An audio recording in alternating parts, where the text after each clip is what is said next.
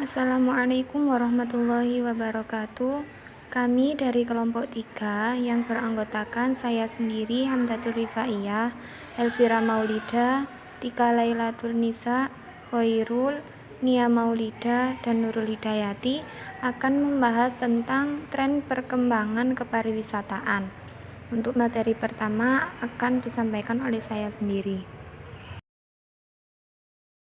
Pertama yaitu pengertian pariwisata. Menurut Kamus Besar Bahasa Indonesia, pengertian wisata adalah bepergian secara bersama-sama dengan tujuan untuk bersenang-senang, menambah pengetahuan, dan lain-lain. Selain itu juga dapat diartikan sebagai bertamasya atau piknik ke tempat-tempat bersejarah ataupun ke tempat-tempat wisata alam. Selanjutnya, pariwisata secara etimologis. Pariwisata berasal dari bahasa Sanskerta yang terdiri dari dua suku kata, yaitu pari, yang berarti banyak, berkali-kali, berputar-putar, dan lengkap, dan wisata sendiri yang berarti perjalanan atau berpergian. Pariwisata adalah suatu perjalanan yang dilakukan untuk sementara waktu, yang diselenggarakan dari suatu tempat ke tempat lain, dengan maksud bukan untuk berusaha atau mencari nafkah di tempat yang dikunjungi, tetapi semata-mata untuk menikmati perjalanan tersebut guna bertamasyaan dan rekreasi atau untuk memenuhi keinginan yang beraneka ragam. Untuk yang selanjutnya, di sini saya Tika Lailatul akan menjelaskan tentang tujuan pariwisata. Tujuan pariwisata diantaranya ialah memperkenalkan, mendayagunakan, melestarikan dan meningkatkan mutu objek dan daya tarik wisata, memupuk rasa cinta tanah air dan meningkatkan persahabatan antar bangsa, memperluas dan meratakan kesempatan berusaha dan lapangan kerja, meningkatkan pendapatan nasional dalam rangka meningkatkan kesejahteraan dan kemakmuran rakyat, serta mendorong pendayagunaan produksi nasional. Tujuan pengembangan wisata.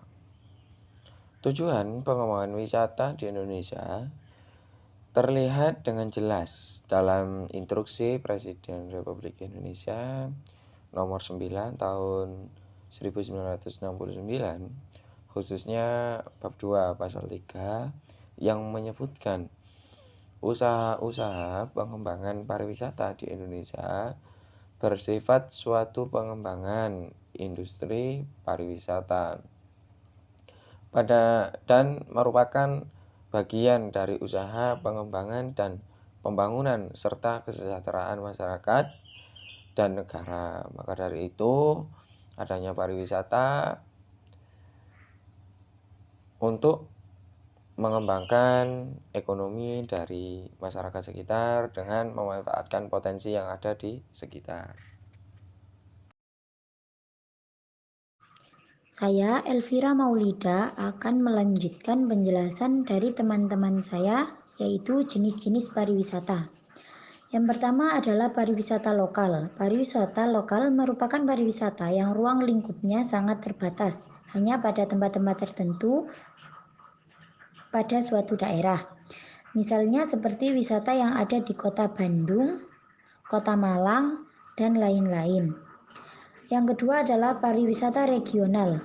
Pariwisata regional merupakan pariwisata pada suatu daerah, tetapi lebih luas ruang lingkupnya daripada pariwisata lokal.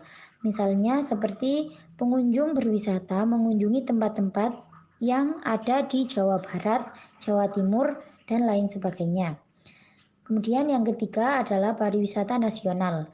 Pariwisata nasional merupakan pariwisata yang ruang lingkupnya sangat luas mencapai suatu negara.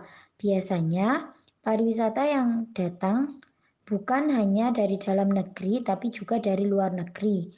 Seperti contoh wisatawan yang berkunjung ke Indonesia untuk berwisata di tempat-tempat yang ada di Indonesia.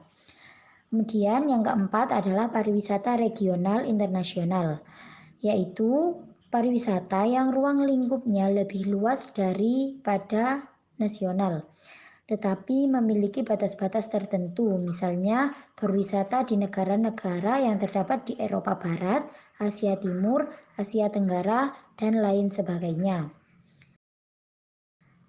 Baiklah, itu saja dari kelompok kami. Apabila ada kesalahan dan kekurangan, kami memohon maaf sebesar-besarnya.